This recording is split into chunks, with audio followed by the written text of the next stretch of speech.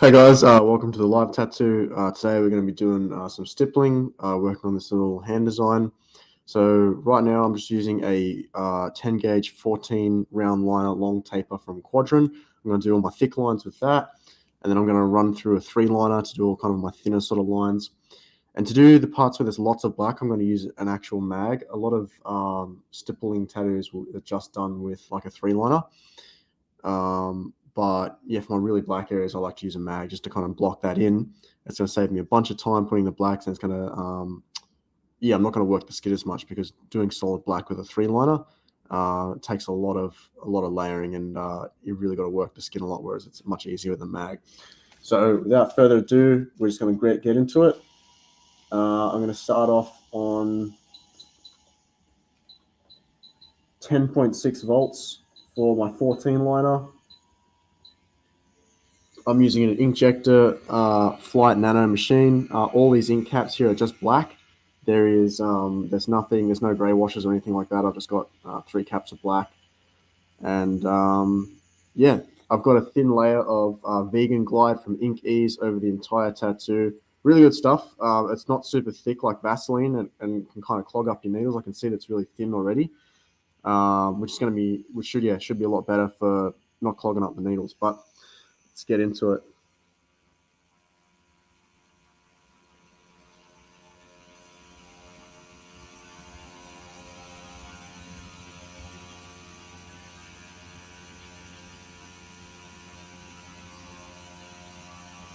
So I'm just moving nice and slow. The first part of a tattoo is just kind of figuring out the skin, seeing how it reacts to different hand speeds, different voltages. Although practice skin is kind of always pretty similar, when you start tattooing actual people, every single person is different. Depending on their age, their body fat percentage, the location of the tattoo, everybody is different. Thanks, guys, for coming in the live stream. If you're watching the replay, leave me a comment. If you're here live, let me know where you're from so I can see who's around.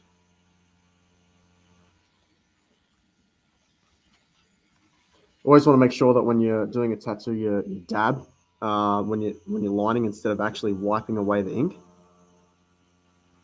Because if you don't, then you'll wipe away your stencil. But when you dab, you'll get the majority of it off. And if you've got a nice layer of glide or Vaseline, whatever it is you're using, A&D ointment, then it's not going to stain the skin. Like, it's going to come off real easy. Cool, we got people from Indonesia. We got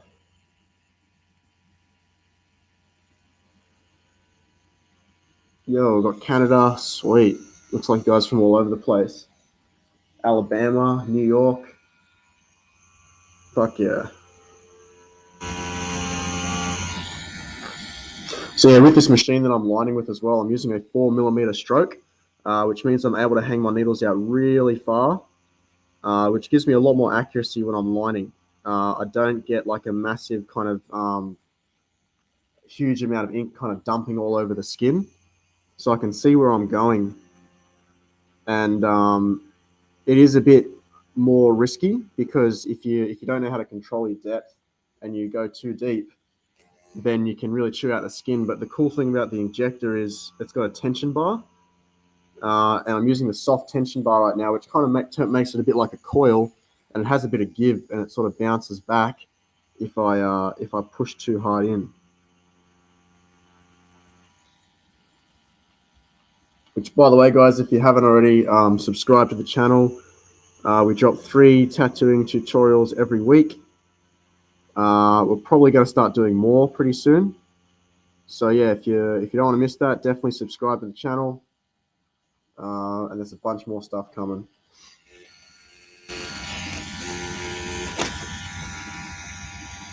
Hey Stephanie, how you going? Amanda, how do you know when you're going too deep? So when you go too deep, you'll kind of hear the needle almost sort of drown out. The sound really changes. And also, if you're on actual skin, you'll see like a visible kind of blowout under the skin. But yeah, you'll feel a lot more kind of resistance, and almost feels like you're drowning the needle. Like it muffles the sound, and you'll get a bit of pushback and resistance because kind of the deeper you go, the more tension there is against the needle. So you'll feel it and you'll hear it as well. And you'll see it after you've done the line. Yes, so you can use, the Harley's just used to use 0.3 or 0.35 for stippling. Right now I'm using 0.3, but you can use both. Just know that if you use a 0.35, your dots will be slightly thicker, which means you'll be able to tattoo faster, but your gradients won't be as smooth. So yeah, it won't be as like if you're doing maybe portraits, I'd probably recommend using like a 0.3. But if you're just doing something that's kind of like super rough and you kind of want that real speckled kind of look, I'd go 0.35.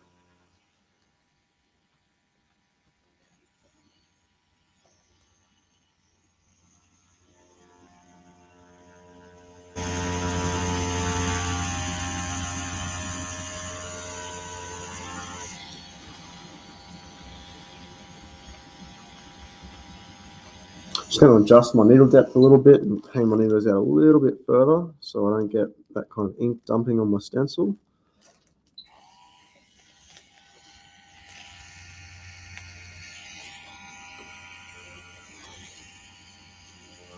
Perfect.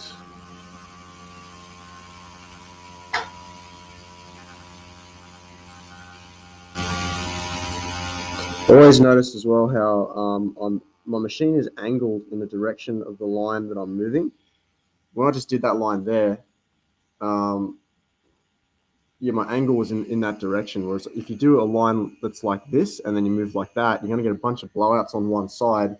And you'll know if you tattoo practice skin, you'll get a bunch of cuts in your line work. If you have heaps and heaps of cuts, it's usually an issue with the angle at which you're tattooing. You always want to angle the machine into the line as opposed to the side of the line. And you'll find that, yeah, you won't get anywhere near as many cuts in the practice skin.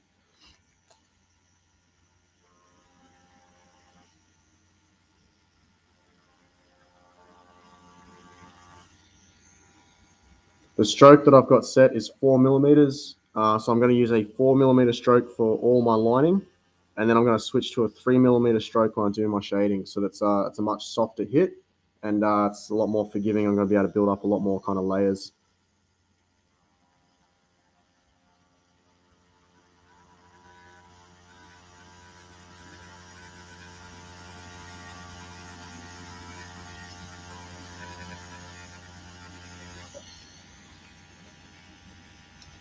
Alexander, what's up? How you doing, man? Good to see you on the live. One thing you got to be careful too as well, when you dip your needles, you don't need to fully submerge the cartridge into the ink because then what will happen is you'll probably pick up too much and that can contribute to like dumping ink all over the stencil. Which, yeah, it hurts your visibility. You've got to constantly wipe or dab and, which causes you to lose the stencil, which is definitely not super fun.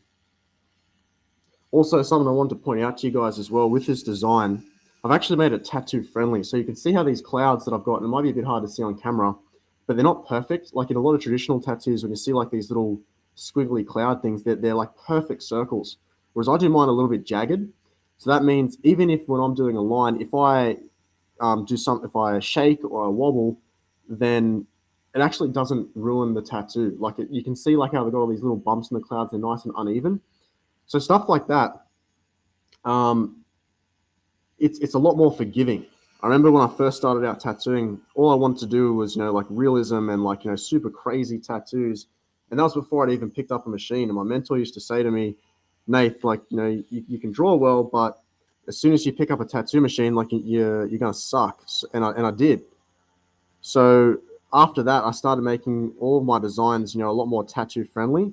So just think, when if you're doing a really long banner, if you put a bunch of cracks or rips in the banner, it gives you a lot more opportunity to hide mistakes if you make any.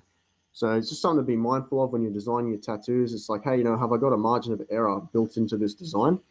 Um, and yeah, if you do it, it'll make your life a bit easier. You have zero clue.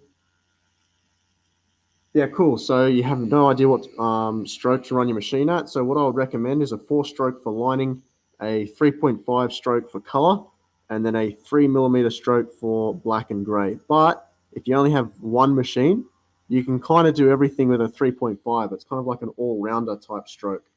So that's what I'd probably recommend to start with. Hey Mandy, what's up? Good to see you.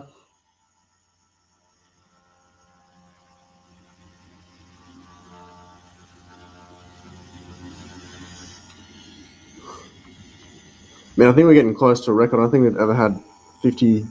I don't think I've ever had 58 people watch me tattoo before. That's crazy.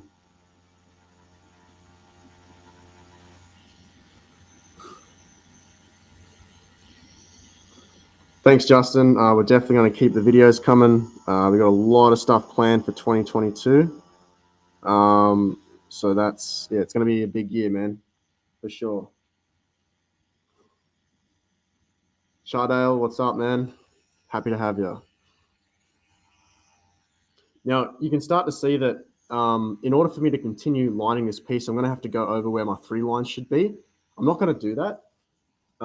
Instead, I'm just going to change my needles now and switch to my 3-liner. Even though I haven't done all the thick lines like I want to, I don't want to be moving my hand over the stencil because that's going to rub it out, and I'm going to have a bad time trying to guess where the tattoo is.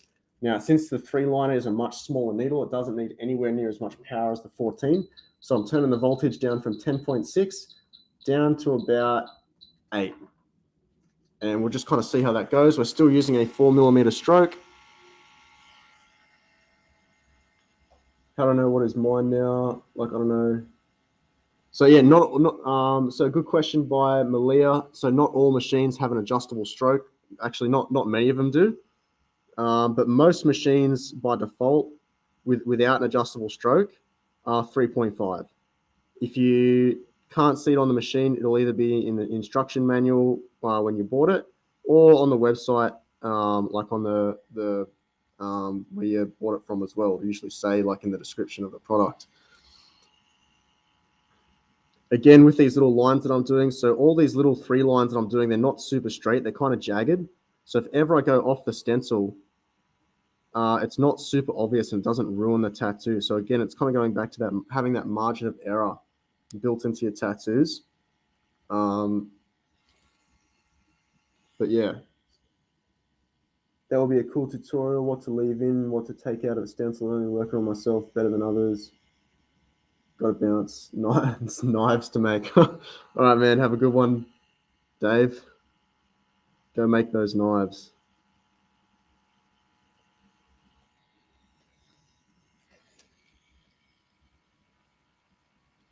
Having the machine at the right angle when you're tattooing is especially important for 3-liners, just because since the needle's so thin, it's just a lot easier to blow out. So if your angle isn't like spot on, um, it'll just blow out straight away. Especially like with a 3-liner, it doesn't take much. You only have to push kind of a little bit in the wrong direction, and it will kind of go pear shaped. But once you get the hang of it, it's not so bad.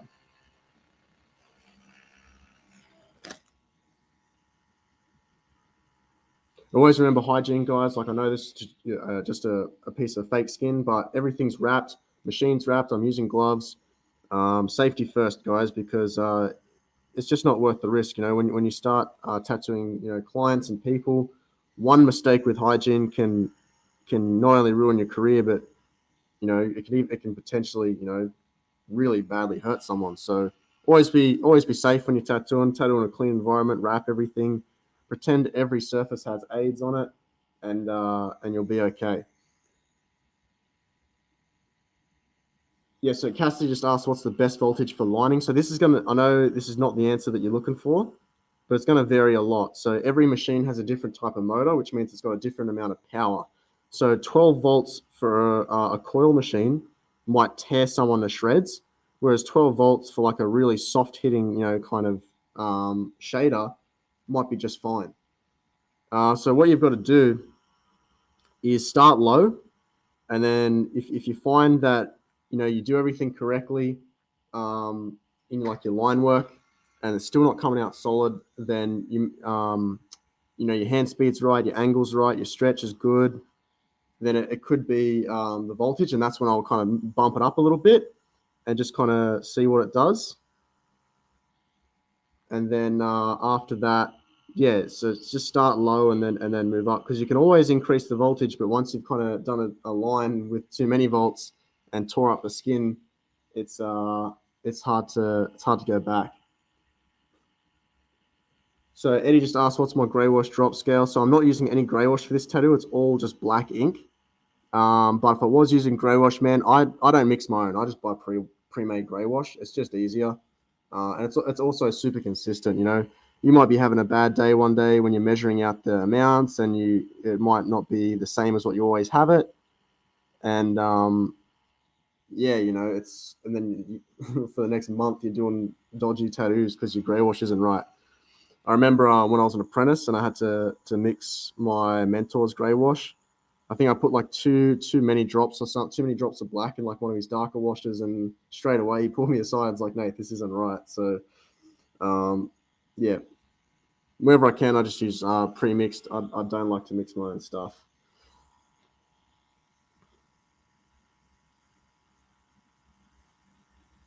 The cool thing about stippling as well is a lot of the tattoos are kind of sort of meant to look a little bit chaotic and kind of messy, or at least the way that I kind of do them. So again, it's a really beginner-friendly style. You can make a lot of mistakes in a stippling tattoo, and it can be hidden, made a part of the design, and still look, really nice, even though it wasn't sort of done perfectly. Up to 72. Yeah, this is definitely. I think this is definitely a record. That's crazy. Like when I was tattooing in a studio, never had more than 3 or 4 people at a time kind of watch me. Um, but yeah, it's kind of it's a bit of a surreal experience. I've literally got like a yeah, it's almost 100 people. That's crazy. Cool. So it looks like I've done kind of all of my thin lines. So I'm just going to do this last one here.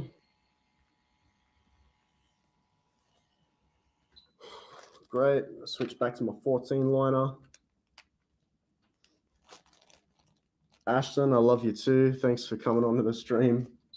Saying that the average voltage I typically use, or use different voltages, different aspects of design.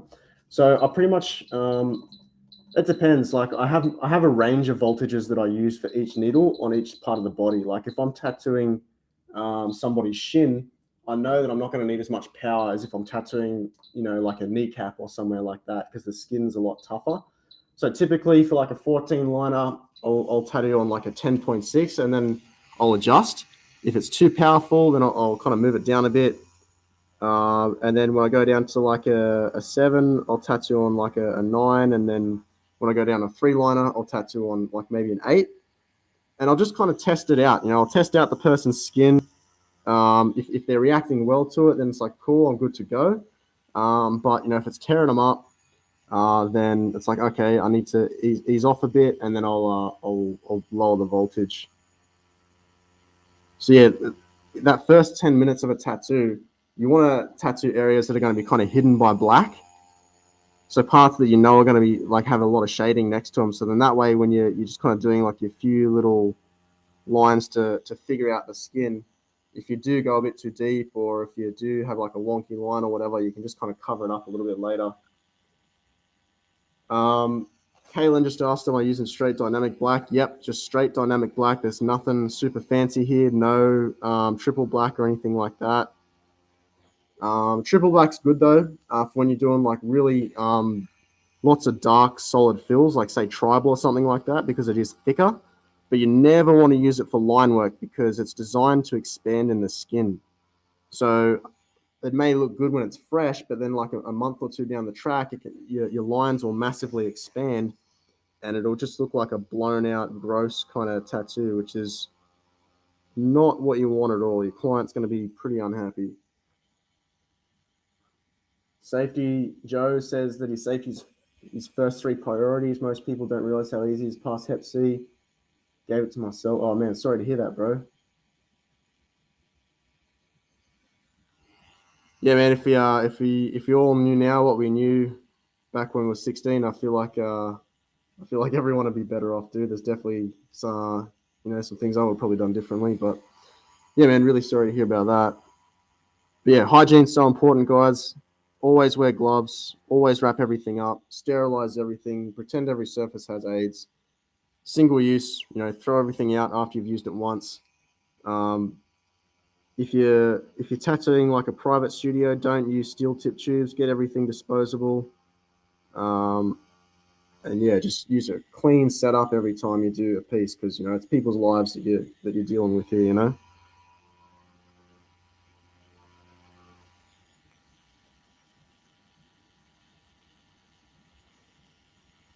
No worries, Caitlin. Thanks for the question.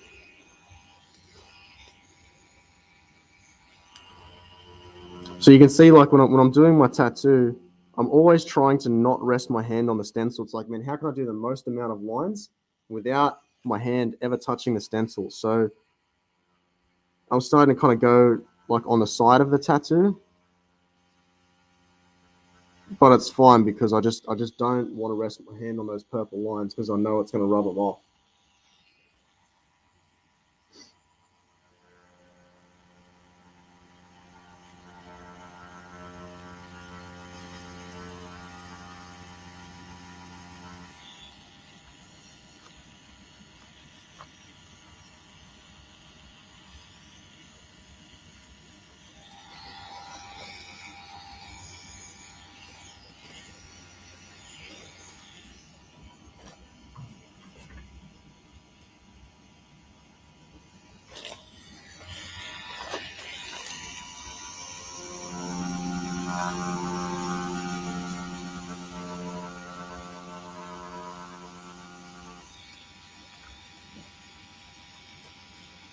Can I make your realism tutorial? Yeah, definitely we can do some realism stuff in the future for sure.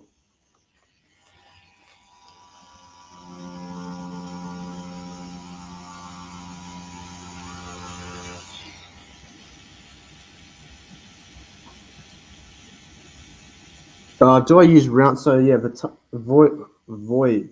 Sorry if I mispronounce your name, man. I'm terrible with that. But yeah, do I use round shaders for lining? Is it hard to push big liners with my Sol Nova? So I've never used a Sol Nova, but I know that a lot of the Cheyenne machines, um, like a lot of the artists do, like real smooth kind of black and gray shading. So yeah, I've always used injectors. They're just kind of like my personal preference. I found something that worked for me like quite early on, and I just sort of stuck with it. But typically, I won't round with round shaders just because the needles are a bit further spread out, which means sometimes you can get like a real soft edge on the line. So if you don't have the angle like absolutely perfect, then you get kind of real fuzzy line work, which I don't like. So um, no worries. Have I ever used Kurosumi black lining ink? If so, what are your thoughts? Never used it. I've always used dynamic black. Um, no worries, Ashlyn. Happy to help out. Eddie's saying, how out is a needle supposed to be for lining and shading? Does it depend on the size of the needles? Now, so when I'm using a 4mm stroke, I stick it out almost as far as it can go because I'm not putting that whole needle in the skin. I'm literally hovering it above um, just so that it doesn't dump ink all over the stencil. I'll just show you real quick. So, not sure if you guys can see this, but that's how far, like I'm sticking my needles out super far. But you always want to make sure though, no matter how far you stick out your needles, they always retract fully into the cartridge. Because if they don't, then you're not going to pull ink from the cartridge and you're going to get really, you're not going to get solid line work.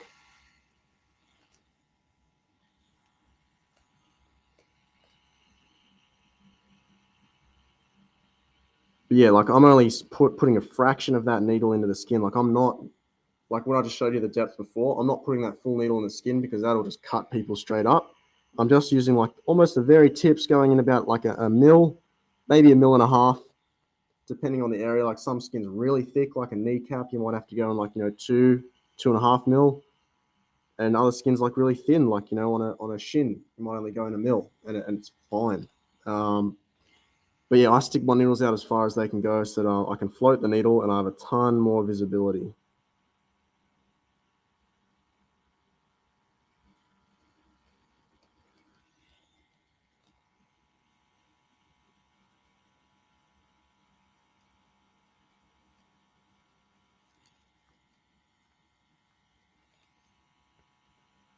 Got any more questions, guys? Just fire them away. You've got me for as long as I'm doing this tattoo, so happy to reveal all my secrets if you just want them.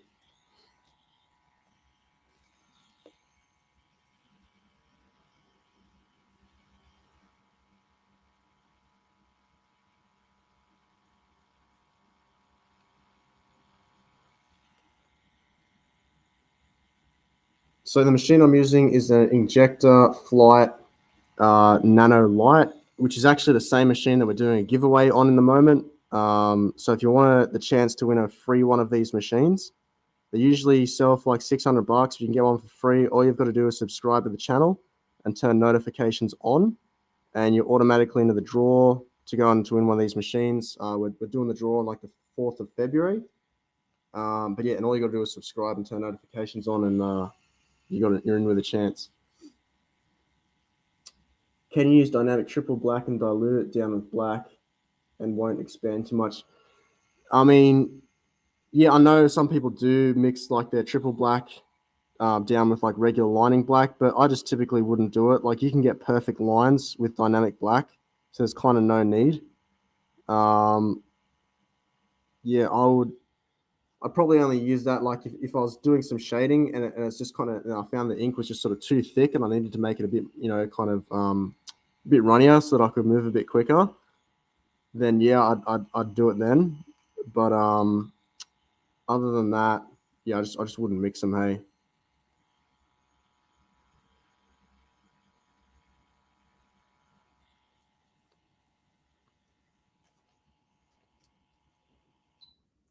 What do I think about the Procreate app? Do I think it's worth buying? Yeah, I'd 100% think Procreate is one of the best things to ever happen to tattooing. When you get Procreate, your efficiency as a tattoo artist will go through the roof. Your productivity will soar. And yeah, it almost becomes your entire business in like a computer, like, because you can have your calendar on it, you can have your emails on it, you have your Procreate on it, all your designs are always stored in one place. You don't have to carry around pencils with you wherever you go. And also, yeah, all the features, like, it just makes the design process so much easier. So yeah, if you haven't got an iPad, I would definitely recommend getting one. And I'd even go as far to say is if you don't have one, you're at a disadvantage to everyone else that does. So yeah, I'm a really big advocate of the iPad. Malia has a Mustang rotary and a mask pen, struggle with lining, turn the voltage up. If you're having struggling with Linework, Malia, we've actually just we've upgraded the Linework Secrets Guide. If you just go on our website and you go to the homepage and then you put your email in anywhere, you'll get this guide delivered to your email. And there's like 14 things that you can do to improve your line work. It's a really useful piece of information. Definitely recommend checking that out if you haven't already.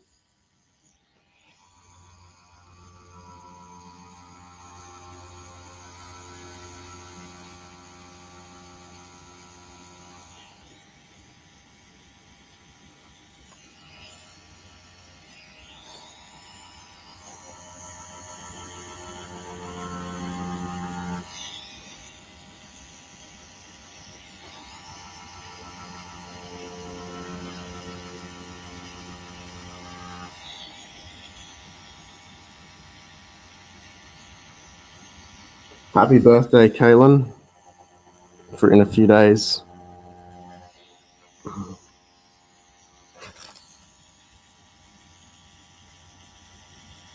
If you machine with the needle depth, it's not. You can always change the needle depth on a machine. It's the stroke that's the one that you can't change. You've just got to move the grip back and forth to change the depth. I think you might be referring to the stroke, not the depth, because every machine can change the depth.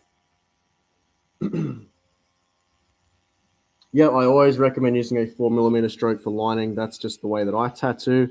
Some people can get away with using a 3.5, and I used to use that at the beginning of my career, but I just found that it dumped a bunch of ink all over the stencil, and it really reduced my visibility. So I didn't like it a ton. And then I switched to using a 4mm stroke, and it literally just solved all of those problems for me.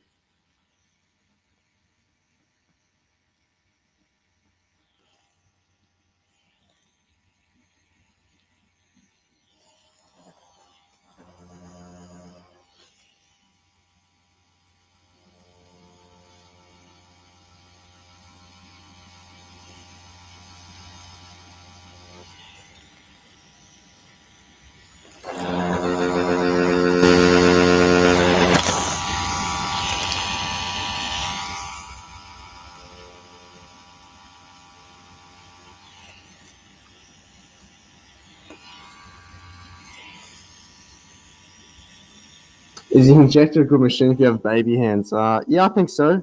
I don't have the strongest hands. It's really light. The vibration's super low, and it feels comfortable too. So if you've got like kind of baby hands, I'd stay away from coil machines because they're a bit rough. A lot of old school tattooers have arthritis in their knuckles because of the constant vibration, on their hands, and like their hands hurt so much they can't even tattoo anymore. Whereas rotary is a lot more gentle, give you a lot more longevity.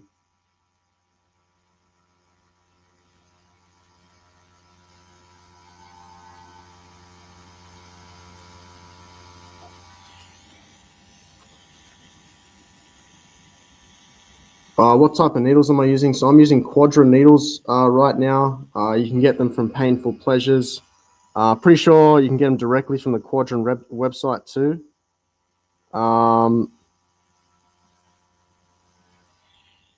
Yeah, those two you should definitely be able to get them.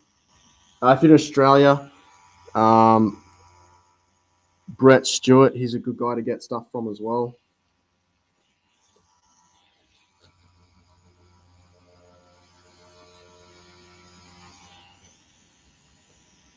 Favorite color inks? My favorite inks are probably Fusion. Actually, I've been using Intens lately, and those are really nice too. But typically, kind of what I tend to find is like Fusion, Intense, Radiant, Solid Ink. They're all kind of like the ink's kind of the same. I feel like it's just they got slightly different colors, but you can pretty much do almost any tattoo. Like if you buy a full set of inks and you've got like all those colors, you can pretty much do any tattoo no matter what set that you get. As long as it's like one of those reputable brands, the quality is going to be super high. You're not going to have an issue.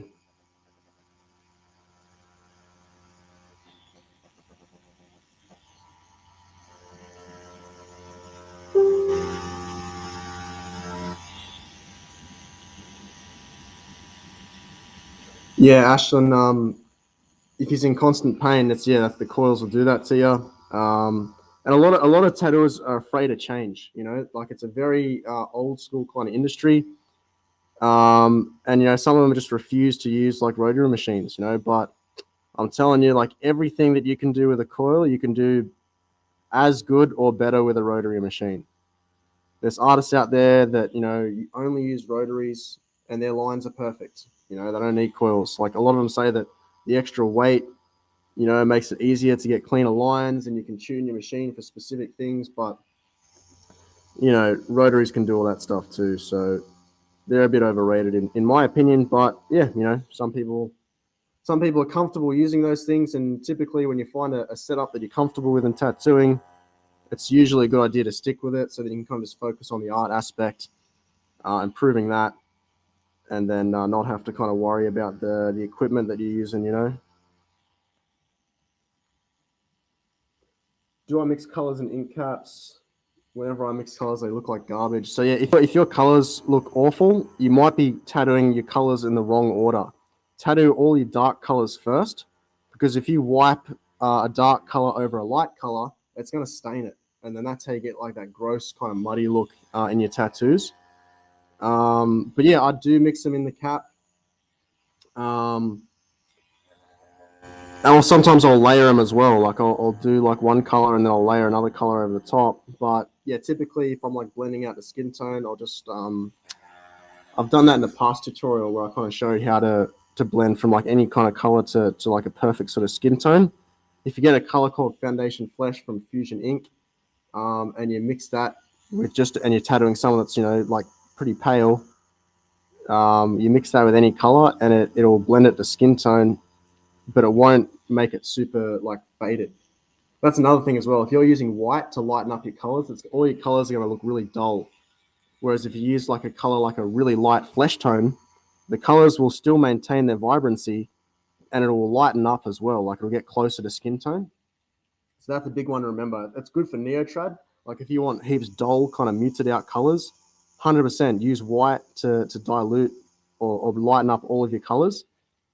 But if you're doing like new school and you want stuff that's real bright, then you want to use like a really light flesh tone, just because it'll maintain the vibrancy of your colors. How much of an angle do I use? So not much, man. Like it's probably like a 75 kind of degree angle. You can't sort of really see it that well, but it's kind of like that. You know, it's not straight like that. It's yeah, I'd say it's like a 70 kind of degree angle thereabouts. Favorite fake skin, definitely Real Skin. Yeah, their stuff is dope. It's the closest thing that I've found to actual human skin. I've used them all. I've used Pound of Flesh, the cheap ones off Amazon, but yeah, I don't know. Real Skin have just figured it out. Their stuff feels the closest to actual people that I've found.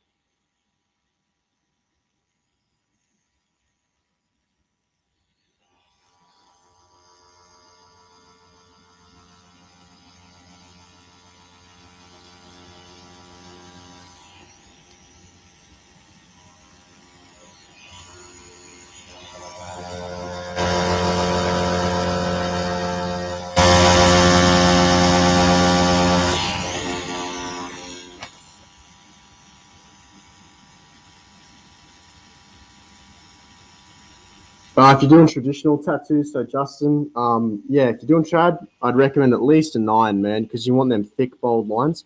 Generally, the bigger the tattoo is, the larger the needle grip you're going to need. So, like, if you're doing a really small tattoo, you can probably get away with like a 9 or a 7.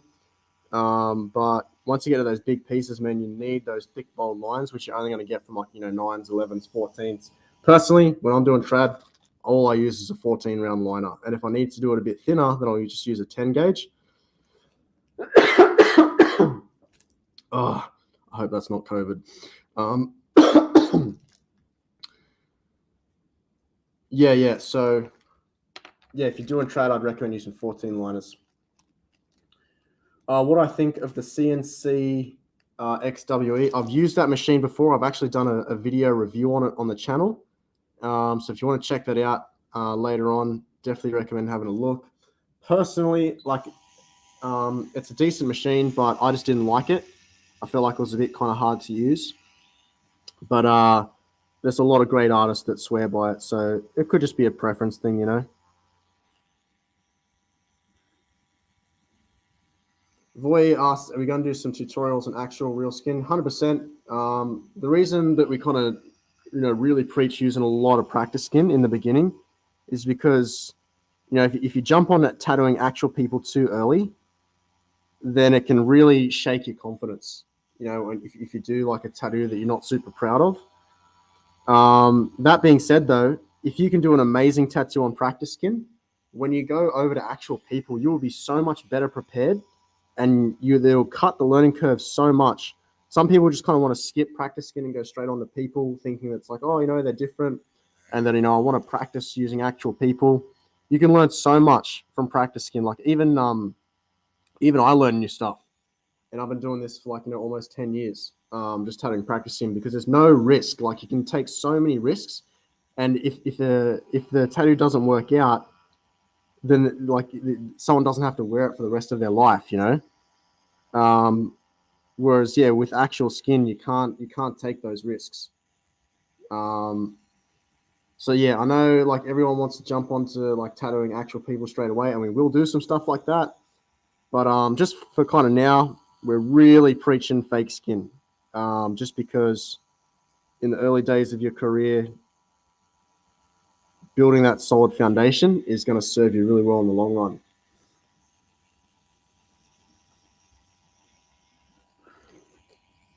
Where can you get more tension bars for Injector? So they're sold out on the site. Painful Pleasures has them. Injector.com will have them. All the major tattoo suppliers, Tat Soul, Kingpin, they would all have them. Is there a certain style that I specialize in? I do a lot of neotrad type stuff. And I've done a few different styles. Hey, like I used to do black work. I used to do, you know, realism. But I've kind of settled on neotrad. I just sort of like it. I like, you know, kind of doing like bold sort of line work and stuff like that. Yeah, I'll probably say yeah, neotrad. I do a little bit of new school as well, though.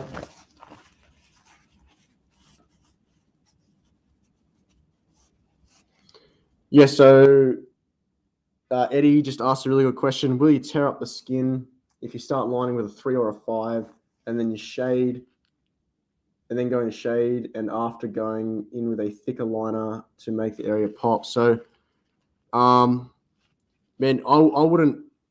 I would just do a thick line to start with. Like I would just use a 14 liner and do like a really thick line, as opposed to doing a thin line and then doing a thick one next to it to thicken it up. You can do that, but it's super easy to overwork the skin. And typically, I'd only thicken up my lines if I'm doing like a back piece, and I'd use like a 14 liner. And then if I want really thick lines, I'll get like a 7 mag, and I'll just shade next to them and get really fat lines. But yeah, I wouldn't. Yeah, and also when you tattoo like thicker lines, like 14 lines and stuff like that, they're the ones you got to watch out for when you're shading, because more needles have gone into the skin. It's caused more trauma.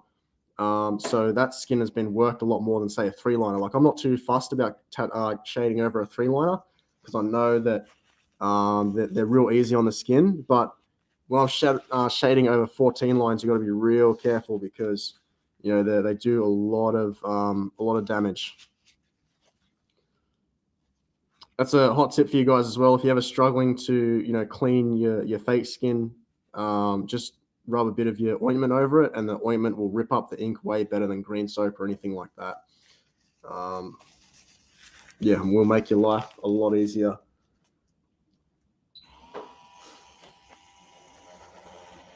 Ashlyn says that she's not sure what to focus on, traditional or neo-traditional. So they're both good styles. Trad will be easier to learn, but if you enjoy neo-traditional more, it's a lot easier to succeed at something you enjoy. So if you're constantly, like, if every day that you find it's a chore to go out and draw, you're not going to do it. You're not going to stay consistent, and it's just not going to kind of work out.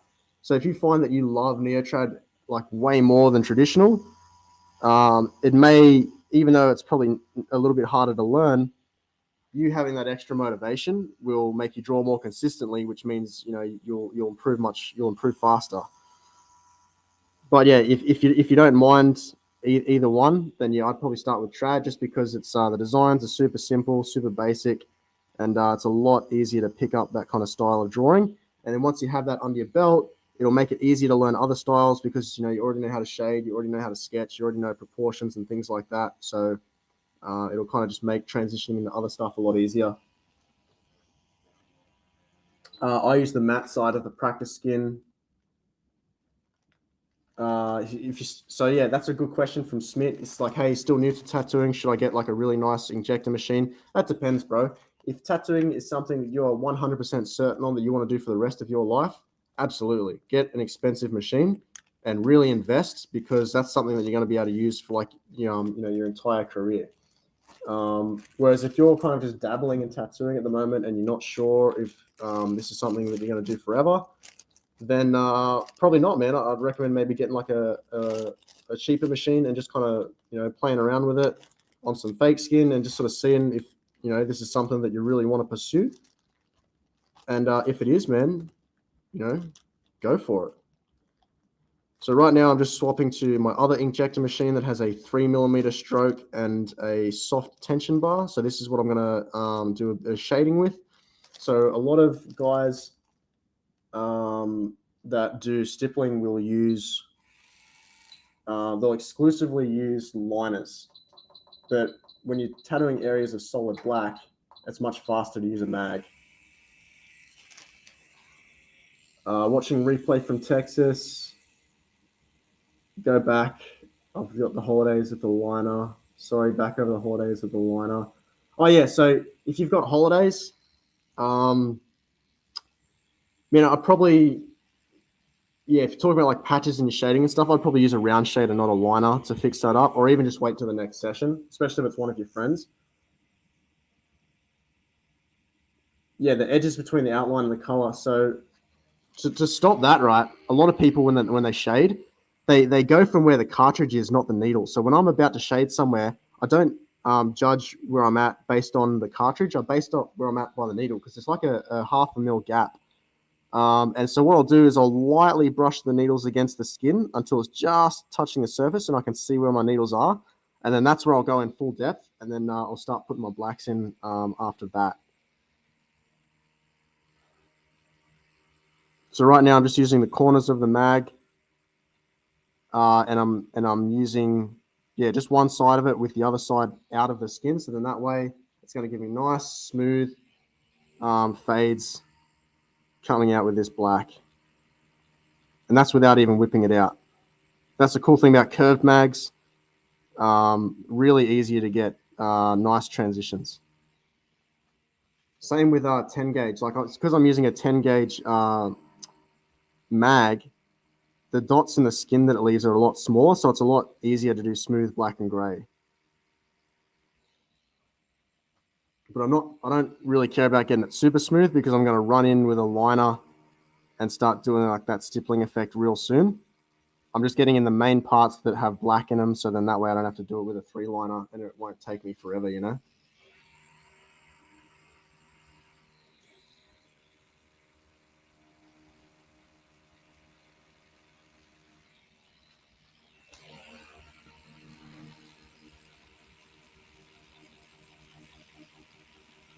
Just whipping out my shading nice and soft. Lots of little layers.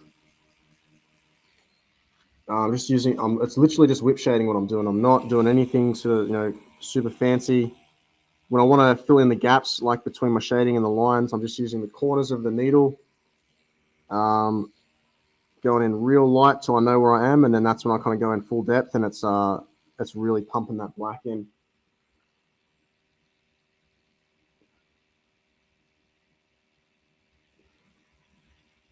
When you are in between part-time working and tattooing in a private space, how do you know when to make tattooing full-time? So that's a really good question. I would first ask myself, do I have clients lined up? If you have clients lined up, then it's a lot easier to transition from leaving your full-time job or part-time job and doing tattooing full-time.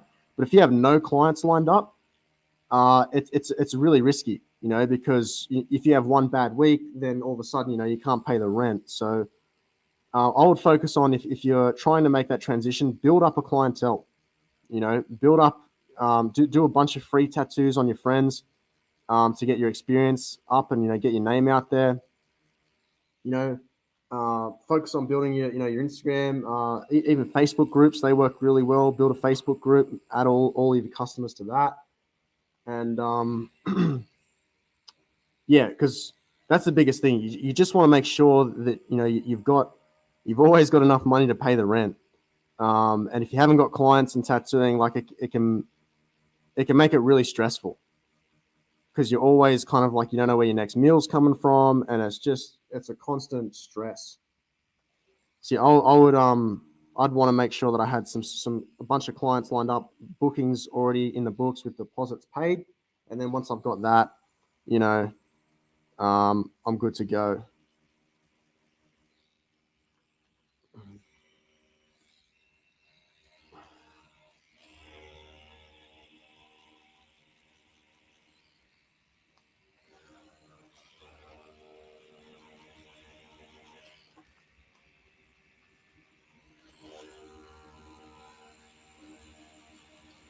Again, using the corners of the mag to get in these really tight spaces.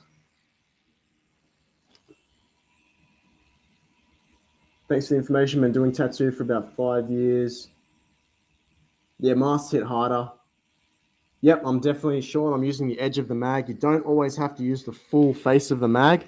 I'm just using the corners, and I'm using like a circular motion to kind of pack it in, but it packs it into a much smaller area, and it gives me a lot more control when I use those corners like that. And whenever I want to, if I've got some shading that's a bit uneven and I want to even it out, I'll lightly brush the needles over the skin, and that will, yeah, kind of even it out for me. Also going to have lots of black down here where the hand's kind of severed to kind of like make it look like blood.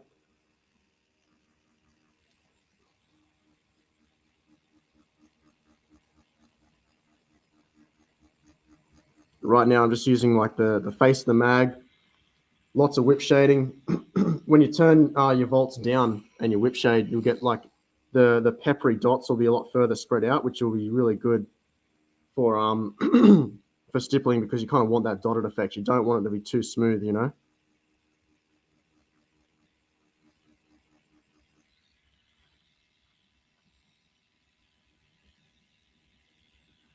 Yeah, 100%. So if you, it's a great question by Kirsten.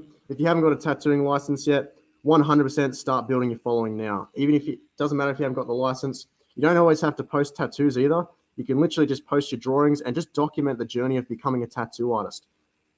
Gary Vee has a really good philosophy on creating content. That's document, don't create, because you know it takes a lot of time to draw artwork, and if you're only posting your artwork on your Instagram page, you know you're only going to be able to do a post every couple of days, and you're not going to be able to grow. You need a higher volume of content in order to grow on Instagram. So literally just make stories about, you know, like the journey of becoming a tattoo artist. You know, talk about what it's like working 2 jobs. Talk about, you know, the guilt that you feel when you mess up a tattoo. Just be super real, super raw, and talk about, you know, your life. And people, it's really funny. People always kind of want to support like the underdog, you know. So if people kind of hear your story like just locally and they'll find your Instagram page, they'll want to support you. If you're super like raw and honest and you don't pretend to be an expert, and you just say it's like, hey, you know, I'm learning how to tattoo and I'm just kind of documenting my journey, you know, post all your practice skins, post time lapses of you drawing, stuff like that. Really kind of engage with your followers, and you'll build a community. And when that happens, it gets a lot easier to make a living as a tattoo artist, because you've got a bunch of people that are lining up to kind of, it's like, hey man, I've been following your journey on like, you know, Instagram or Facebook or whatever it is for like the past 6 months. Your tattoos are starting to get pretty good. I'd love to get some work from you, you know, and that's how it starts. So 100%, the sooner you start building your audience, the better. Literally start today. If you have not started building like, you know, Instagram account or whatever it is to document your journey and start getting followers, do it today, because yeah, it's not always the best tattooers that make the most amount of money. It's the ones that are the best at social media. And to prove my point, look up a guy called Sean from Texas, super successful tattooer. Um, and yeah, the guy, like, the man, there's nothing special about what he tattoos. Like, it's super, super basic. Literally anyone could do it, but it's a kind of unique style. People dig it, and he's, you know, he's good at social media, so he kills it.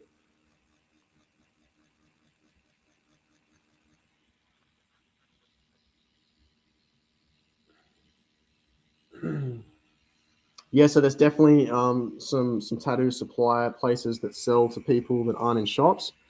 Um, probably don't probably don't feel super comfortable mentioning them on like YouTube Live, but if you send me a message on Facebook, I'll point you in the right direction.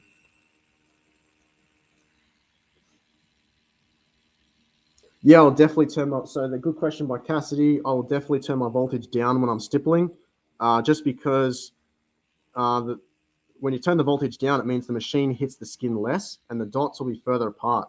So I don't actually do dots when I'm stippling. I'll literally just kind of move my needle really fast, which you're about to see in a second. And by doing that with low voltage, it gives it a dotted effect. So yeah, definitely turn your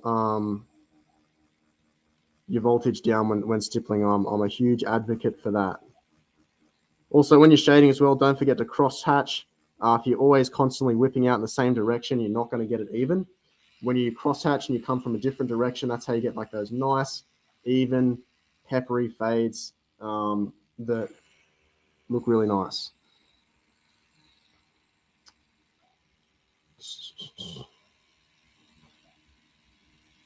Cool, so I've pretty much done everything I'm going to do with my mag. That's all kind of the blacks I wanted to put in. So now it's all going to be with a 3-liner. And you'll see,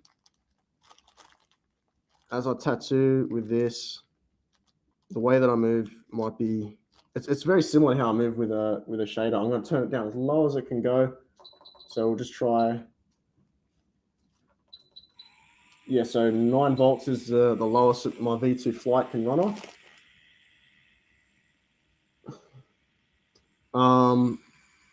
Joe said, it's like, yeah, what's the best method for shading? Stippling's probably the easiest, man, because literally all I'm doing is just going back and forth. That's all it is, just in like an arcing motion, and it's going to give me like some really nice dots. And if you want it to be darker, you just kind of cross hatch. You come from a few different directions,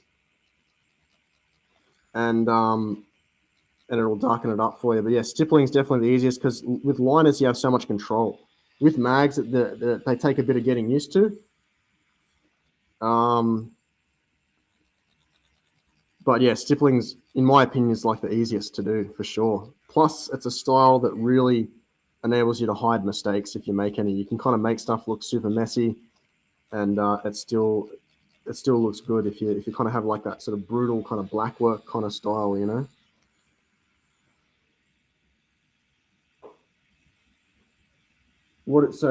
Right now, what voltage do I normally turn my machine down to do the stippling effect? Right now, my machine's on 9 volts. You definitely want to have it. You want to turn it down a little bit lower than what you normally use a 3-liner with.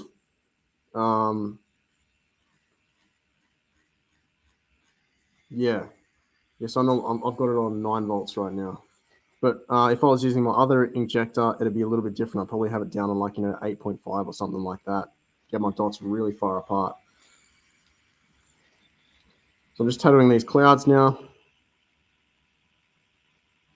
And all it is just whip shading. It's literally just whip shading with a liner or pendulum shading as well.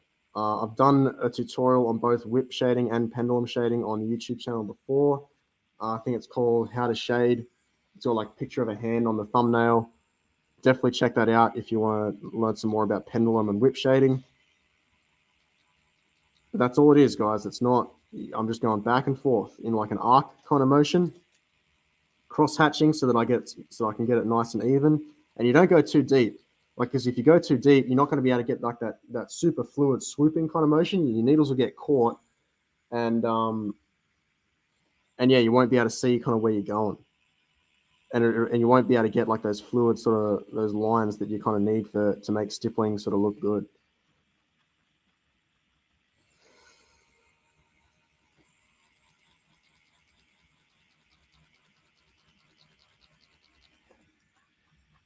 Also, as well, yeah, I think I said this before, but easiest way to remove ink from your stencil, just use your Glide or your Vaseline, A&D ointment, whatever it is you're using.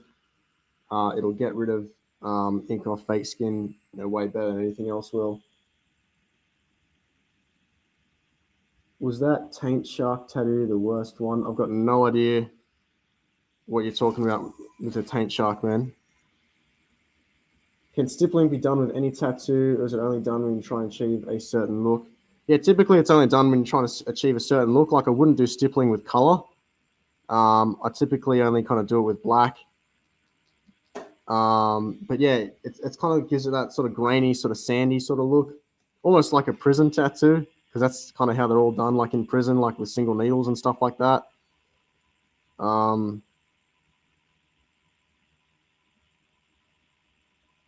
It does take a little bit longer though, because with a mag you can cover ground a lot faster than you can when you're stippling. That's kind of why I just sort of did those solid areas of black, just to kind of save me a bit of time.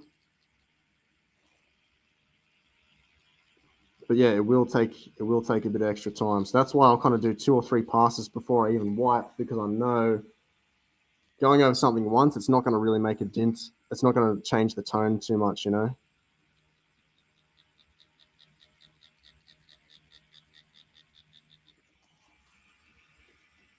Also, yeah, the deeper you kind of put your needles in, the more dark and pronounced the dots are going to be. And also, if you want thicker dots, you can use a 5-liner. You know, you don't always have to use a 3. If you want your tattoo to be a bit rougher, 100% you can use it like a 5-liner, and you'll get sort of a more of a grainy kind of look.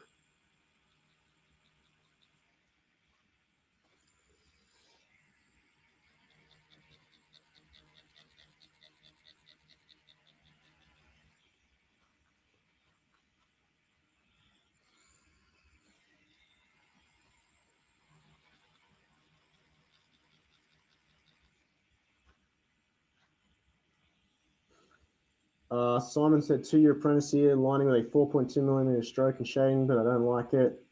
Getting the Injector Nano next. Do I need 2 setups? Nah, bro, you can get one. Like, if you only have enough money for one machine with the Injector, you can just swap the stroke out. Just tell the client to take a break, tell them to go out for a cigarette or whatever it is, and then you can just change the stroke on the machine. I have 2 setups just because, you know, it's just easier. But if you're a bit strapped for cash, man, you can do it with one.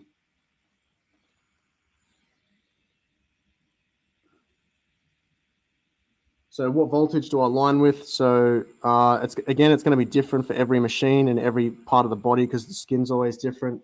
But yeah, I line with a voltage is 10.6 for a 14 liner. Then I'll probably do like a 9 volts for a 7, and then I'll do 8 volts for a 3. But again, you may that may not work for you because, you know, if you're using a different machine on a different part of the body, you know, you may need more or less. So that's why, you know, you always start sort of less than what you think you need, and then gradually over time, you know, you move up.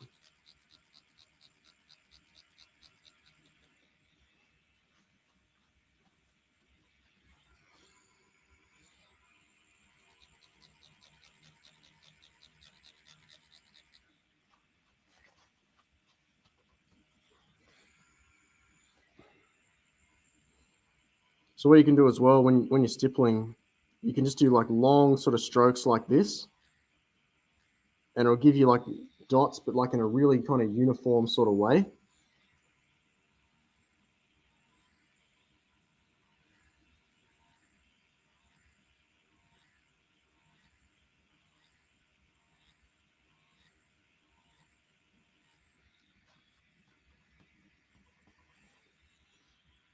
And you can see that's how you kind of get like those real sort of nice. Sometimes you see it on like those stippling kind of flowers. They've got like, you know, the veins in the flowers, and they're really kind of nice and smooth. That's sort of how you do it. You just do really long strokes, and because, you know, you're moving super fast, it's just leaving tiny little dots. It's not actually making a line. And what you can do as well to make your stippling look a bit rougher, you can kind of put like some thicker dots in there. It doesn't have to always, you know, just be like doesn't have to always just be like the little grainy dots that you've done like from lining from like whip shading and stuff. And then you can, to make it even like kind of more to give it kind of more dimension as well, if you crosshatch a lot more in one area and you really separate the tones, you can kind of give it a lot more sort of dimension and make it look a bit rough. You don't want it to be super smooth. At least the way I don't like to be super smooth when I do stippling. I kind of like to make it look a little bit sort of rough, and I feel like it just makes the tattoo kind of more interesting, you know.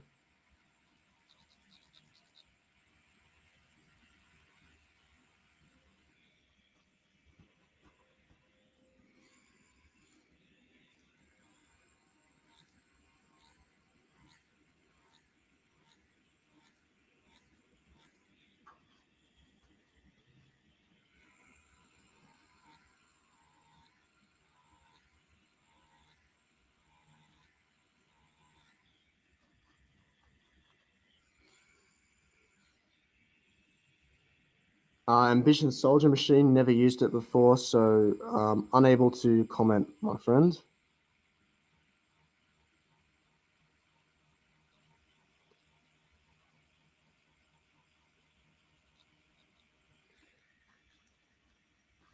what I just did then as well is like you don't always have to kind of like go back and forth. If you just kind of like just do like literal individual lines and you do them really fast, you'll get a lot more space in between the dots, and it'll kind of look like just really split kind of little lines, and it just kind of, I don't know, has like it's different than just kind of whip shading because that'll make it really smooth, but this makes it a lot more rough when you just do individual lines.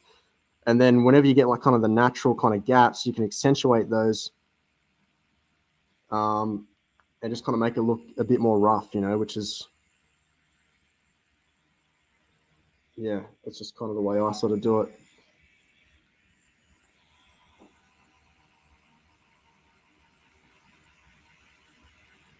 And sometimes it's cool too, like you want to have contrast in your tattoo. So if you do something, if you do the foreground really rough, then you want to do, I'll do the background like really smooth.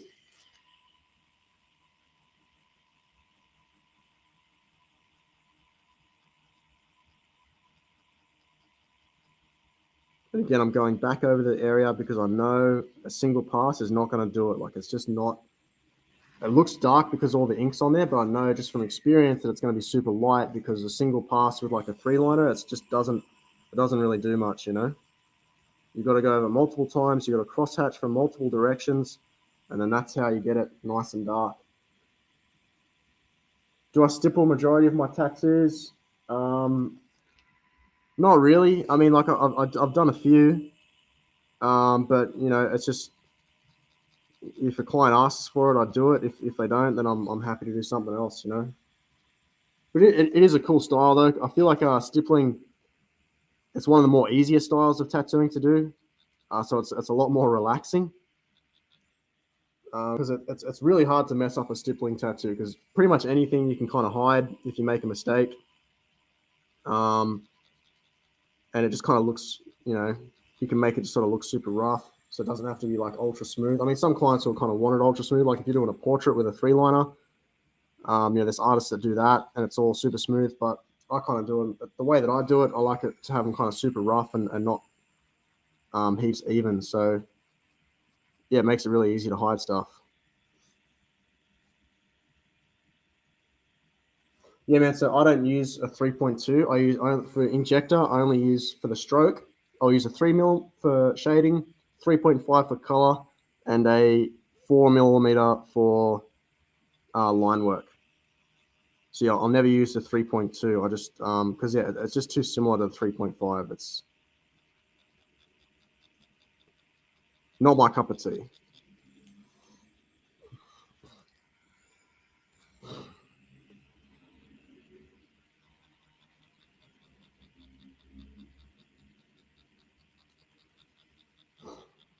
Again, just kind of using like the pendulum shading. I want to get the top of the cloud, like this top part here, a little bit lighter, so then it looks like it's, you know, over the rest of it. It gives it a bit of depth.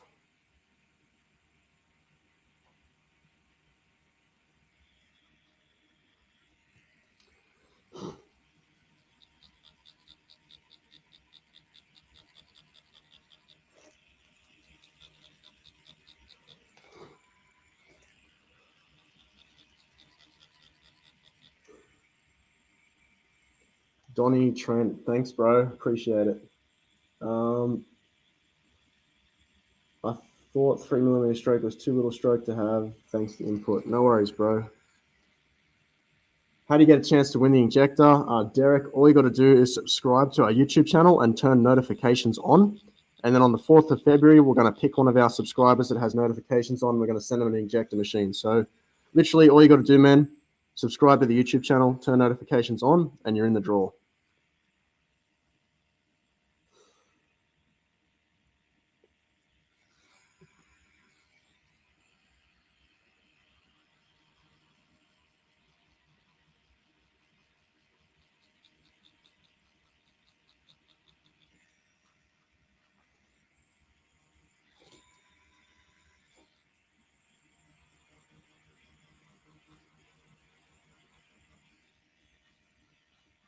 Also, as well, we're probably going to do a couple future giveaways for the YouTube channel with like more machines and stuff like that. And pretty much, so if you want to be a part of those, like everyone that's subscribed and has notifications will always be in the draw. So not only will you go in the draw to win the Injector machine, but when we do other, giveaways in the future, you'll automatically be in the draw for them too, just by being subscribed to the channel.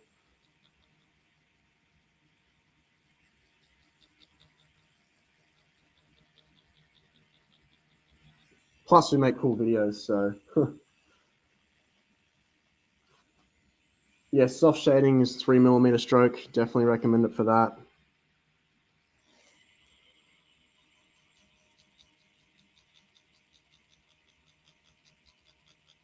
Notice as well, guys, how I don't really turn the practice skin much. Like it's really easy. Like you'll get comfortable moving your tattoo machine from one direction, and it's tempting to just constantly move the practice skin so like it's comfortable to tattoo. You don't want to get in the habit of doing that, just because when you start tattooing an actual client, you can't just break their leg and move it wherever you want. You kind of got to move around them. So yeah, just be mindful of that. You want to start, developing good habits from day one, yeah?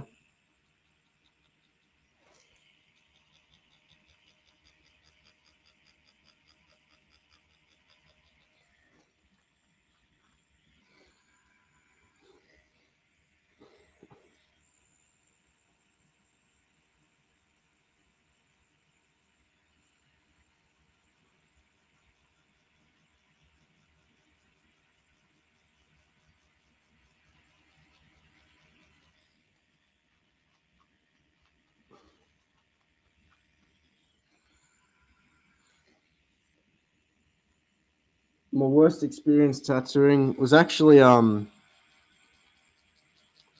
probably when I was learning. My worst experience tattooing would be, I used to tattoo this one guy that was like a drug addict.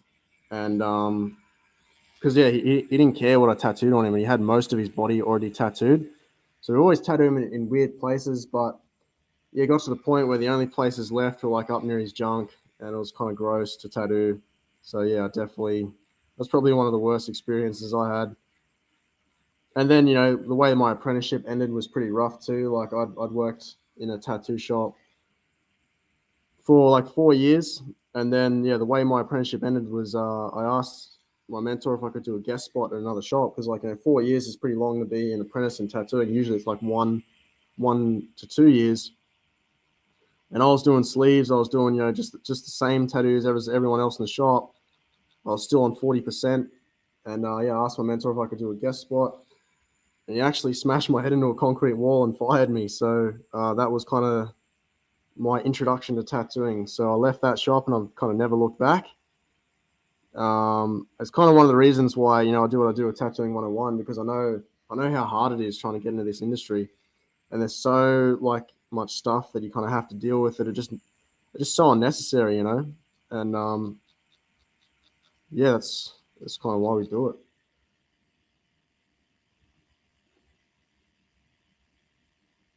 Yeah, so when you stipple, I use low voltage as well. Yeah.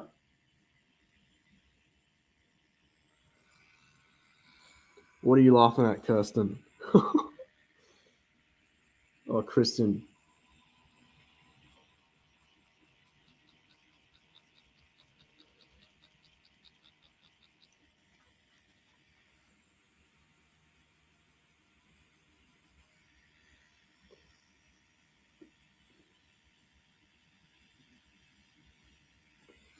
Yeah, man. There's a lot of toxic people in tattooing. I'm not sure why. It just kind of attracts a lot of bad people. A lot of criminals in tattooing. There's a lot of people that are into drugs and stuff like that. It's a very unique industry, um, where someone with pretty much no formal qualifications can make like a bunch of money, which sometimes that gets to people's head. And yeah, a lot of egos as well. That's one thing that I never liked about tattooing, is everyone kind of thought they were better than what they were, including myself in the beginning. I was quite arrogant at the beginning of my career, and I got humbled quite early, taking on a few tattoos that I definitely wasn't ready for. But I think everyone kind of goes through that, like there's that stage where, you got super inflated sense of confidence from doing like a couple good tattoos, think you can kind of take on the world and stuff. And then, the next tattoo turns out terrible and you're back to being depressed. So it's a crazy up and down sort of journey tattooing for sure. Did I dilute my black? Nope. I'm literally just using dynamic black.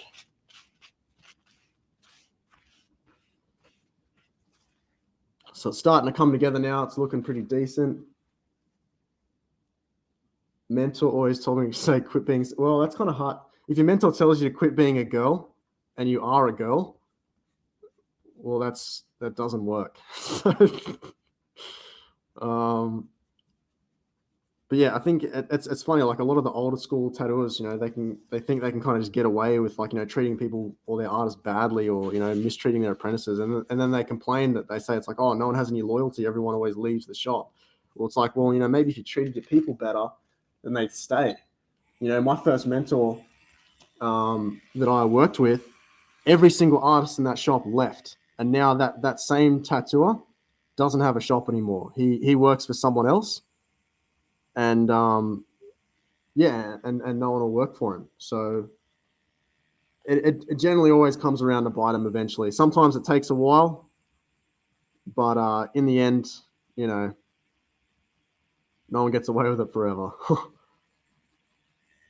Because if you mistreat someone enough, eventually they're going to realize their worth, and they're just going to bounce. Because there's so many other shops out there that will treat you well. And you don't need the shop owner. Like the shop owner needs you, because without an artist, a tattoo shop is nothing. So I think a lot of shop owners can sometimes get a big head, thinking they're making quite a lot of money, and they think that they kind of run the world, but it's not the case. They're nothing without the artists.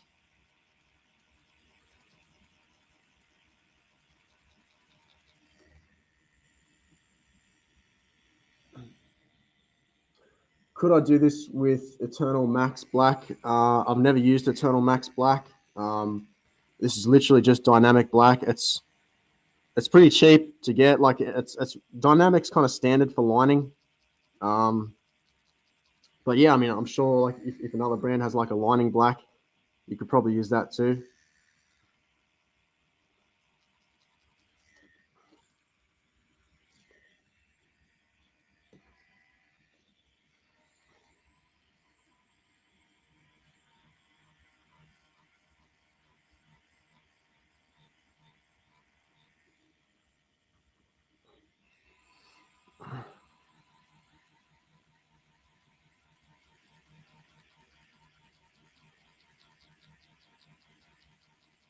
So you can see how I'm going over this thing multiple times. I'm not just like doing a single pass and then lifting up my needles, because I know single pass, it's not going to do much with a 3. Like you've really got to hammer it a couple, like you've got to make a couple layers.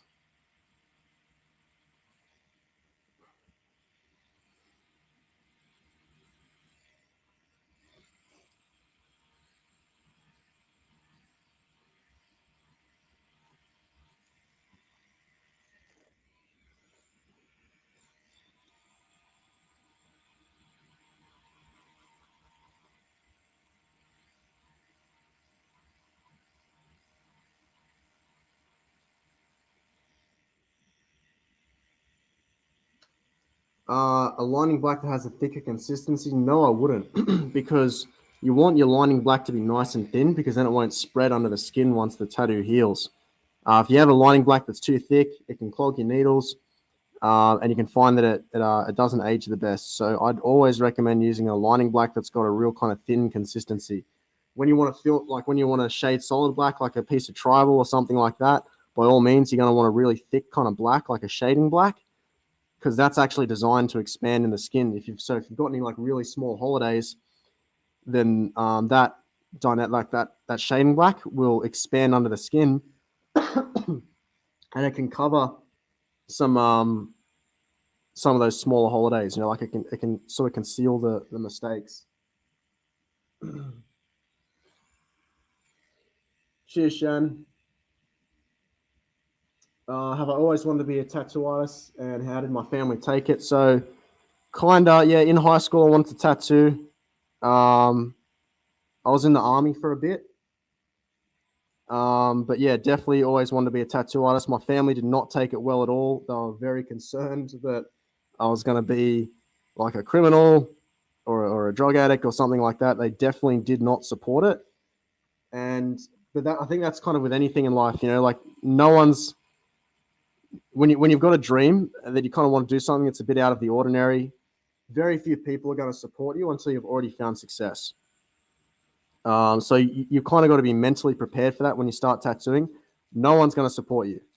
So it really is a test of like your mental kind of toughness, and you just have to accept that, once you get there, people will see what you see. Because you tell someone that you want to make money drawing on people for a living, and a lot of people will laugh at that until they see you do it, and then they'll ask you for advice. So yeah, don't expect people to support you in the beginning because it's very rare. How do I get smooth shading when not doing stippling? So definitely using 10 gauge mags helps. I've got a whole tutorial on the channel about shading. Definitely recommend checking that out. How big must the area be to switch to filling black instead of just doing it with lining black?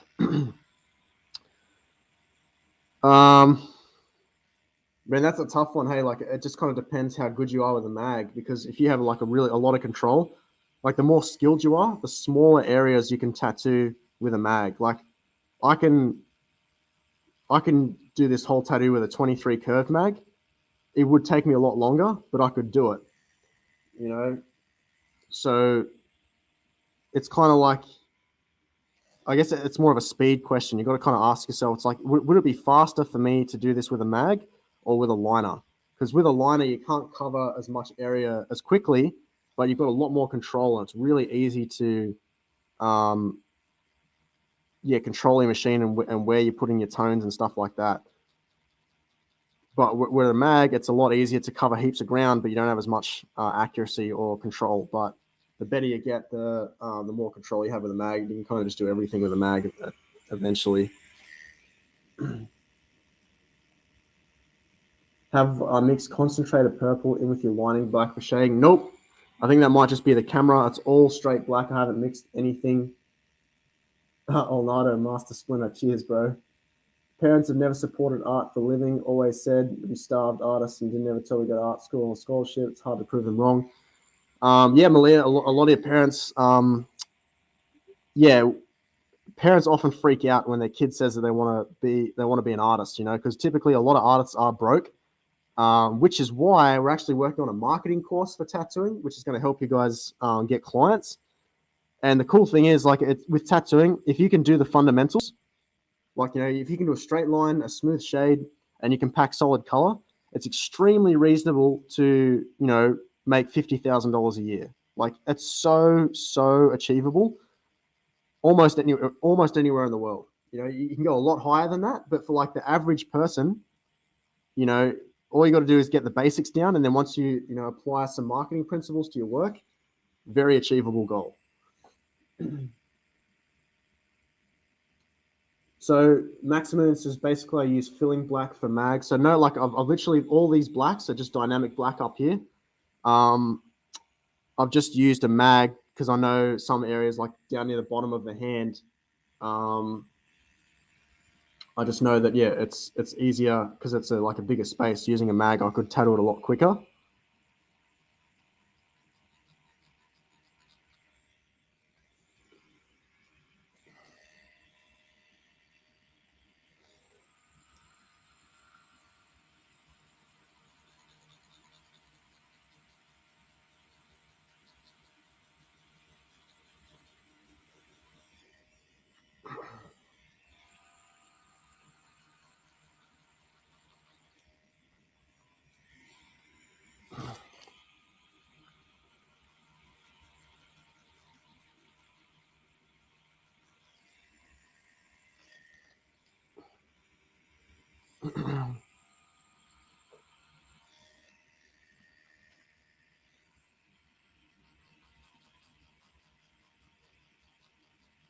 I remember one time when I was in the beginning of my tattooing career, probably midway through, I was really broke, And my dad said I should quit tattooing and get a job at the bank because that's where all the money was.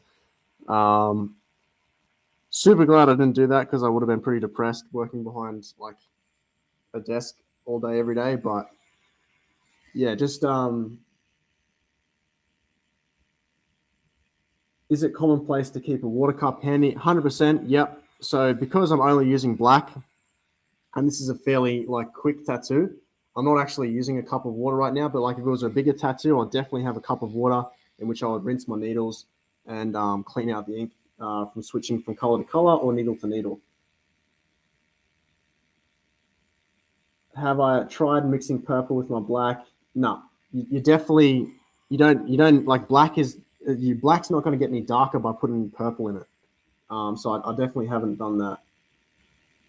Yeah, I'm just using black on this piece. I'm not going to be doing any color.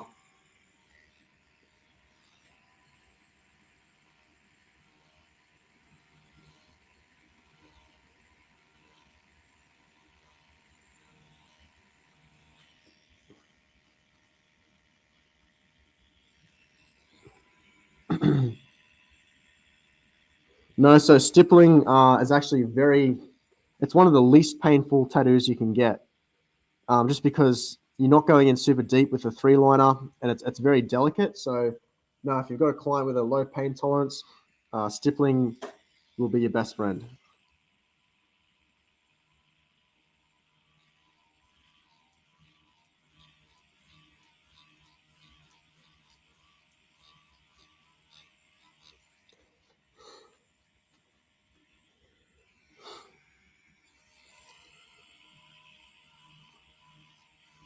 So literally, because I've got my voltage so low, when I'm moving in this arc motion, it's not doing lines, it's doing faint little dots, which is giving me a really nice effect of that kind of stippled sort of look, you know?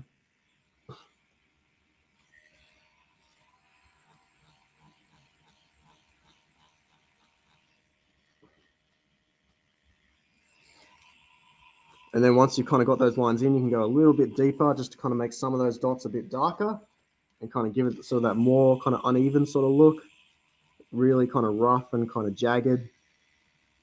Again, that's not like the only way to do stippling. That's just kind of the way that I do it.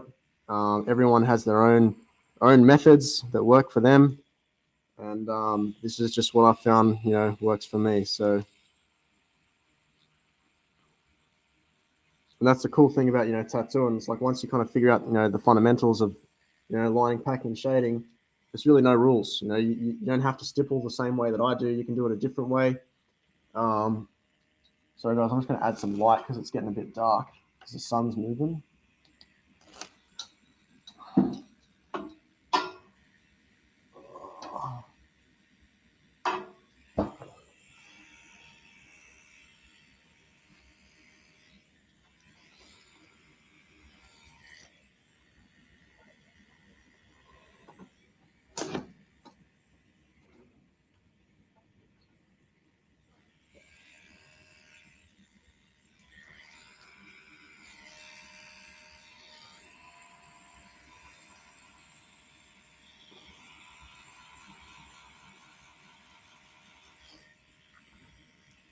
There we go.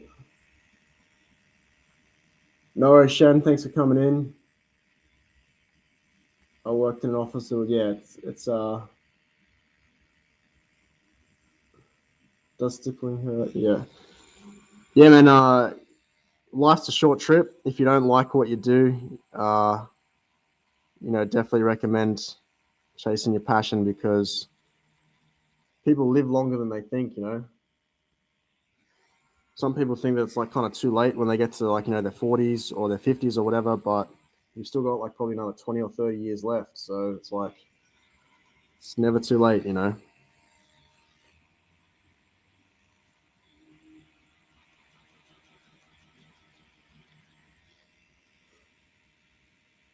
What do I think about the Master Flip? I haven't used that machine, but we've had a lot of requests for like a review on that. So I dare say we will be doing a review video on that machine quite shortly. One thing I will say though is that master machines are great, but they're kind of any sort of machine that's kind of really cheap is not going to be sort of as good as a machine that's like, you know, 500 to $1,000. They're getting a lot better, but if you really want an awesome machine, it's typically going to cost a bit of money, you know. Fix the focus. Is that better? Yeah, cool. Thanks, boy.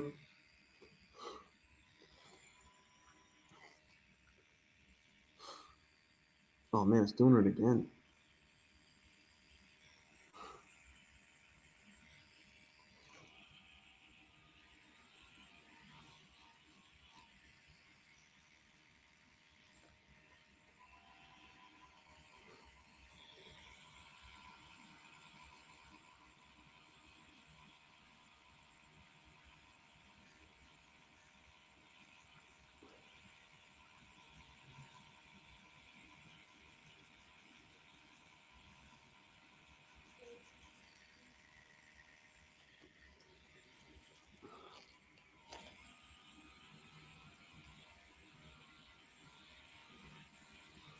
So again, I'm just kind of adding these lines in there just because I don't want to look sort of like super even. I like it when it kind of has like that messy sort of look. So no, I'm using a 3mm stroke for shading.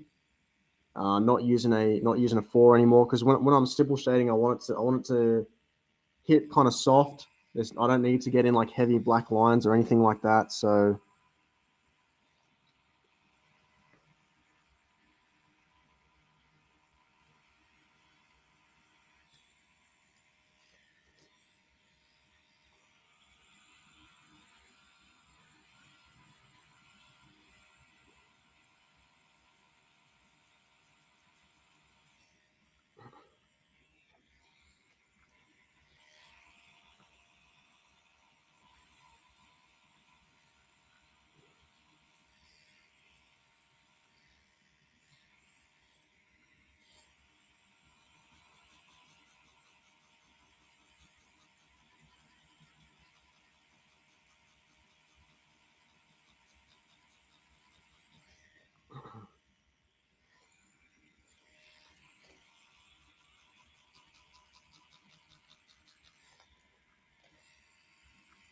how often will you be doing live videos? So I'm currently in the process of moving to a different country. So, but yeah, that should be done like in the next couple of weeks. But yeah, usually every month we try to get them done. We wanted to start doing some more live calls and stuff as well. We do like Q&As and stuff within the group. But every time that we're going to do one, there'll always be like an event so that you'll know like plenty in advance for when we've got one coming up.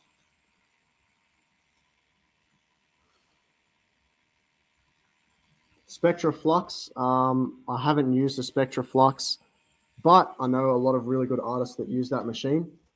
I know it's definitely like everything from it's FK Irons, right? I'm not 100% sure, but yeah, anything from FK Irons is good. Like they make really nice machines.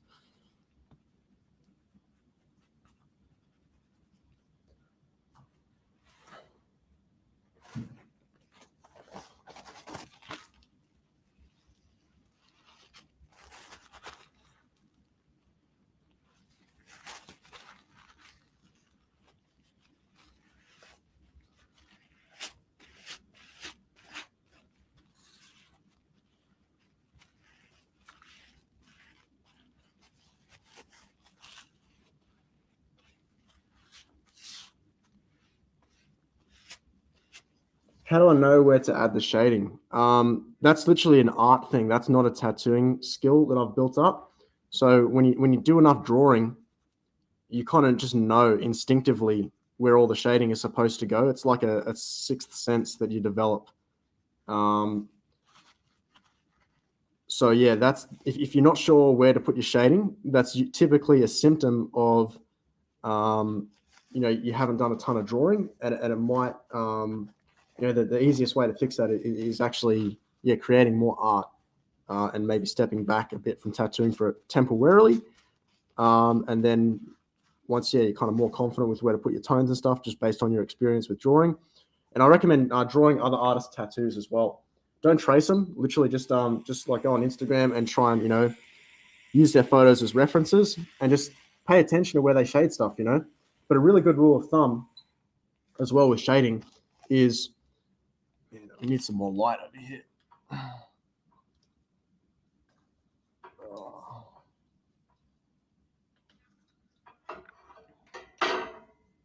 Yeah, so like a really good rule of thumb with shading is stuff that's like on top of stuff. Like, so for example, this thumb is above this cloud. So I want to make sure that the thumb is lighter than the cloud. So stuff that's further towards the background is darker, whereas stuff that's further towards the foreground is much lighter. But yeah, that's like a really basic sort of principle that can kind of get you pretty far. With that knowledge alone, you can shade a lot of tattoos.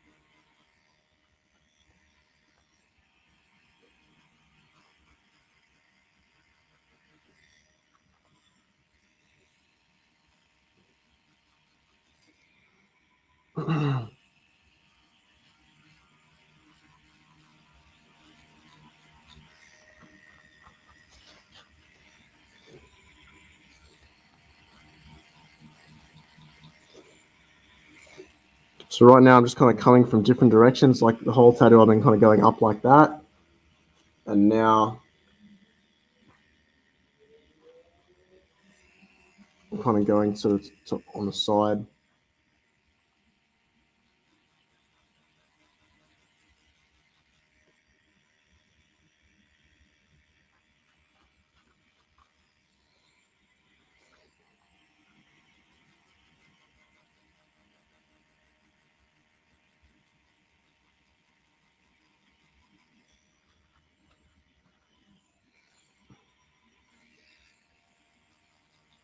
Just kind of darkening a few areas up right now just to really make certain parts of the tattoo pop.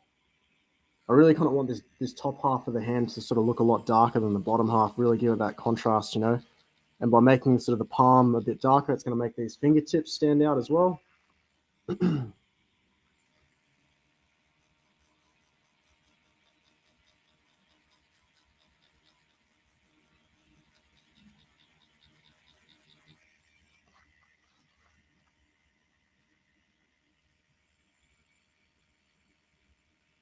Yeah, really good question by Eddie. So when you work in a tattoo shop, what percentage of split should you pay? So if the shop does lots of marketing and has a massive amount of traffic with walk-ins, and you don't have any existing clientele, and they cover your supplies and stuff like that, they can justify paying you 50%. But if they do no marketing, you bring your own supplies, and you're kind of expected to bring your own customers, you should be getting paid at least 60%. Some shops will even pay out 70%. But they'll do kind of nothing, like you've got to do all your own marketing, you've got to do all your own, buy all your own supplies, all that kind of stuff. So typically, the more work that you do, the more money you should be compensated. So if a shop's taking 50%, they're doing nothing, run the other way, because you're kind of getting ripped off. Sometimes with apprentices, they'll put them on 50%. which I don't really think is right, because by the time you're tattooing, you've kind of already paid for your apprenticeship in full with the free labor that you've given them. I don't see any reason why they should take a large percentage of your pay, especially, um, you know, because you're starving. Like when you're apprentice, you're broke as hell. So yeah, but that's, yeah, I don't know. That's my opinion, I guess.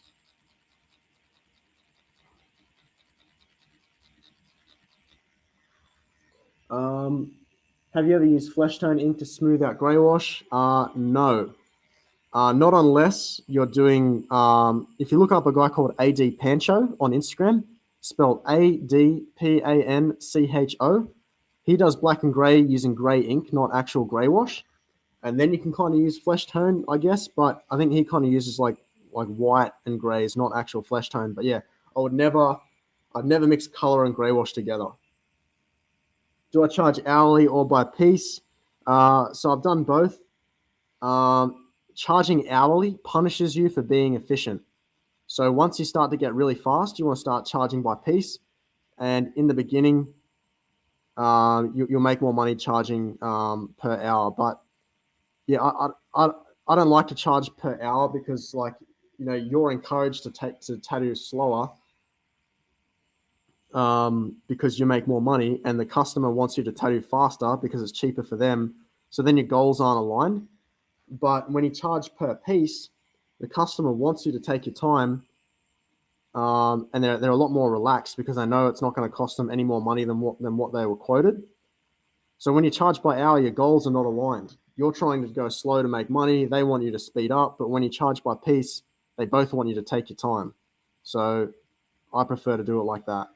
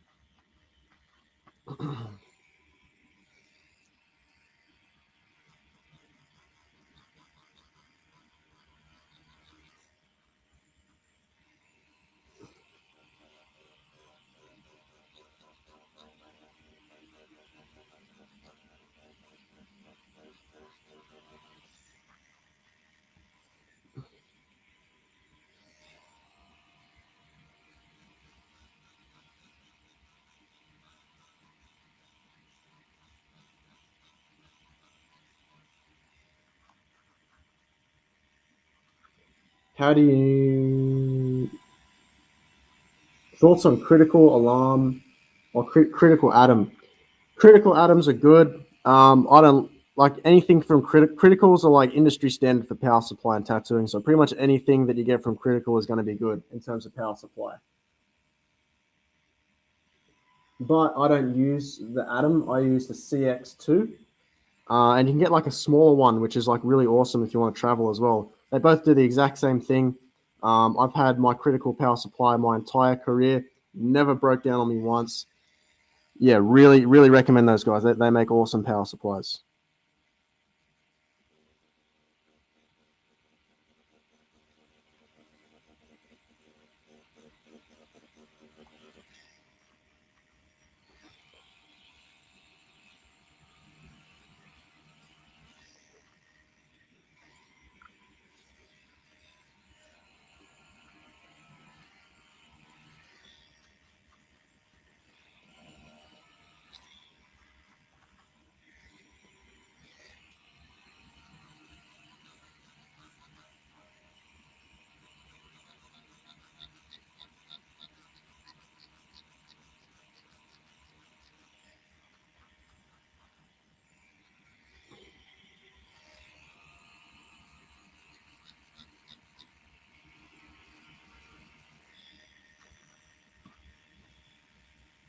Do you ever feel like you could have done more when the tattoo was done? Absolutely. I'm probably overdoing it a little bit right now. I mean, I could almost finish this tattoo as it is. But yeah, sometimes it's better to because just remember you can always add to a tattoo, but you can never take it away. So if you're unsure of whether to add something, sometimes it's better just to stop the session, and then when your client comes in for a touch up, just like, oh hey, I had this cool idea, and then you can kind of do it then. Whereas in the moment, sometimes you can get a bit carried away, and it can, yeah, you can ruin an otherwise good tattoo. It's definitely happened to me. So yeah, if in doubt, wait.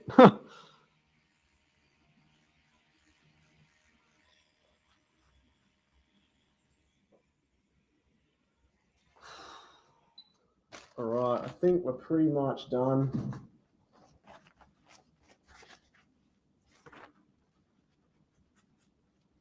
For the final reveal.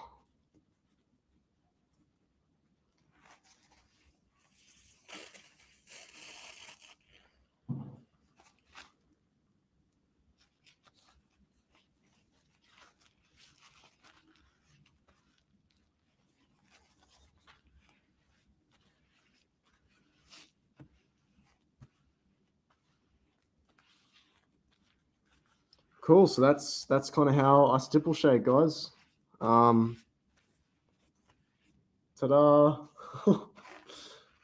But yeah, if you guys got any questions, I'm happy to hang around for a bit and help you out. If there's anything that you kind of want to know about tattooing, just hit me up. Or anything about the tattooing industry in general, just while I clean the tattoo, if there's any final questions or whatever. But yeah, otherwise, we'll wrap it up in like a minute or two. Does stipple shading hold well over time? It depends how it's done. Because that's the thing, like I can get a tattoo to look amazing fresh by going in super light and not going too deep into the skin. And it'll be kind of like in that first layer of the skin, which means it looks good when it's fresh, but then as soon as it heals, it fades, parts of it drop out, and it just looks kind of awful. But yeah, so it's like with all tattoos, you've kind of got to get it in at the right depth. If you go too deep, all those little dots will blow out, and then it will kind of look, all the dots will kind of merge together. So yeah, it just depends. Like as long as you do it well, that it generally heals good. Alnado, thanks, man. Posting a line I did last year, give you some advice on how to get better. No worries, Eddie. If you post your tattoo in the group, happy to help you out. Thanks, Pete. No worries. Thanks for coming. All right. Looks like there's kind of no more questions, so I guess we'll wrap it up. Thanks, guys, for coming, and I'll talk to you soon.